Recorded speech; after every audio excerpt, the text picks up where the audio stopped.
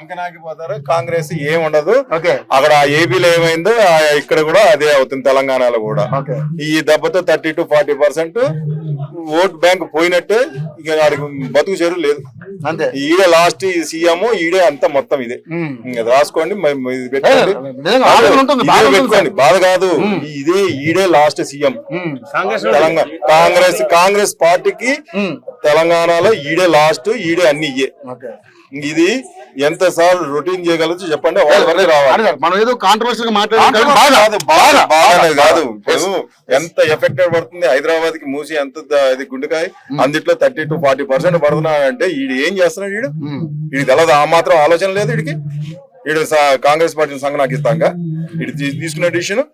చాలా మంది ఏం మాట్లాడుతున్నారంటే రాహుల్ గాంధీ గారిని, సోనియా గాంధీ గారిని చూసి ఆయన కొట్టేసారు, రేవంత్ రెడ్డి మాకెవరు తెలుసు అని కూడా మాట్లాడుతూ ఉన్నారు. కానీ నిజంగానే ఈ రోజు రేవంత్ రెడ్డి గారు ఒక మంచి ఉద్దేశంతో చేస్తున్నాడు అనుకుంటున్నారా, లేదంటే ఒక చెడు ఉద్దేశంతో చేస్తున్నారా? లేని ఉద్దేశంతో చేస్తున్నాడు. తలకాయ అనేది లేదు ఆడికి. ఏం చేయాలో ఏం చేయకూడదో కూడా తెలవట్లేదు అది.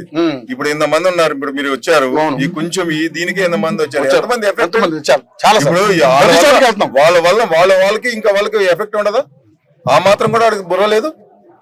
ఏం చేస్తున్నాం ఏంటిది అనేది ఇంతమందిని షో పెట్టుకుని ఇవాళ ఈ ఎంపీ గారు ఎందుకు వచ్చి కూర్చున్నారు? ఇవి పోతున్నాయి కదా, ఎన్ని పోతున్నాయి?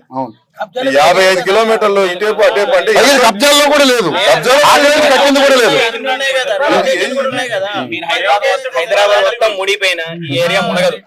వారం రోజులు వాన కొట్టినా గానీ ఒక్క సుక్క ఇక్కడ నీళ్ళు నిలవదు. మేము ఇన్నేళ్ళ నుంచి చూస్తున్నాం, మేము 30 ఏళ్ళ నుంచి ఉంటున్నాము. ఎంత వాళ్ళ మొత్తం హైదరాబాద్ అంతా మునిగా కానీ ఇక్కడ ఇంత కూడా ఏమవుదు. ఆ మాత్రం తెలవదా? అదన్నీ తెలవాలి. తెలిసిన టైం తెలుస్తుందో అప్పటికంతా అయిపోతుంది, ఏముండదు అక్కడ. ఆయనకి పెళ్ళం పిల్లలు ఉన్నారుగా, వాళ్ళు కూడా వాళ్ళని ఎవడన్నా వచ్చి రోడ్డు మీద పడేస్తే ఆయన పరిస్థితి. వాళ్ళ సేఫ్ జోన్ లో ఉన్నారు, అధికారంలో ఉంటారు. అలాంటి పేదవాళ్ళతో ఇబ్బంది అనుకోవద్దు. అధికారంలో ఉంటే సేఫ్ జోన్ లో ఉన్నానని చెప్పడం అబద్ధం అది. ఎందుకంటే నేను అధికారంలో ఉన్నాను, విర్రవీగాడు ఆంధ్రాలో సీఎం జగన్మోహన్ రెడ్డి విర్రవీగాడు. ఆ ప్రసాదాల్లో కూడా అన్ని కల్తీలు కలిపాడు. ఇవాళ ఏమయ్యాడు? ఆ మెట్లు ఎక్కుతానంటేనే ముందు నువ్వు డిక్లరేషన్ సంతకం పెట్టమన్నారు. అంతకన్నా వాడు చావటం మెరుగు. అటువంటి బతుకు వస్తుంది వీళ్ళకు కూడా. తెలిసిందా? ఇంతమంది ఉసురు, ఒక్కడు ఉసురా, ఇద్దరు ఉసురా, వేల మంది. మా బ్రాహ్మణ ఉసురు బాగా అవుతుంది అని మేము ఆశీర్వచనం చేస్తూ, వాళ్ళు సీఎం అయ్యేటప్పుడు చండీ యాగాలు, బలాన యాగాలు, బలాన దేవతల పూజలు ఎవరు చేస్తున్నారండి? బ్రాహ్మణులు చేస్తున్నారు. బయటపడేసి రోడ్డు మీద పడేసి రాత్రికి రాత్రి వెళ్ళిపోమంటే ఎక్కడి నుంచి వెళ్తామండి? పిల్లలు ఎగ్జామ్ టైము, పిల్లలకి ఇప్పుడు ఎగ్జామ్ టైము, వాళ్ళ చదువు నాశనం అయిపోతుంది. పెద్దవాళ్ళు షుగర్లు ఉంటాయి, బీపీలు ఉంటాయి, ఎక్కడికి పోమంటారు? ఇక్కడ ఇప్పుడు రెంట్కి ఎక్కడ వస్తుంది? ఇల్లు రెంట్కి ఎవరు ఇస్తారు? ఇన్ని వేలకు వేలు రెంటులు పెట్టుకొని ఇల్లు కూలగొట్టుకొని రెంట్కి ఇవ్వటానికి కూడా ఇక్కడ జాగాలు లేవి.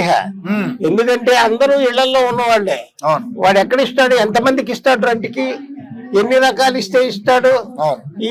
మంది జీవితాన్ని మేము బాగు రోడ్డు మీద పడిపోయిందండి.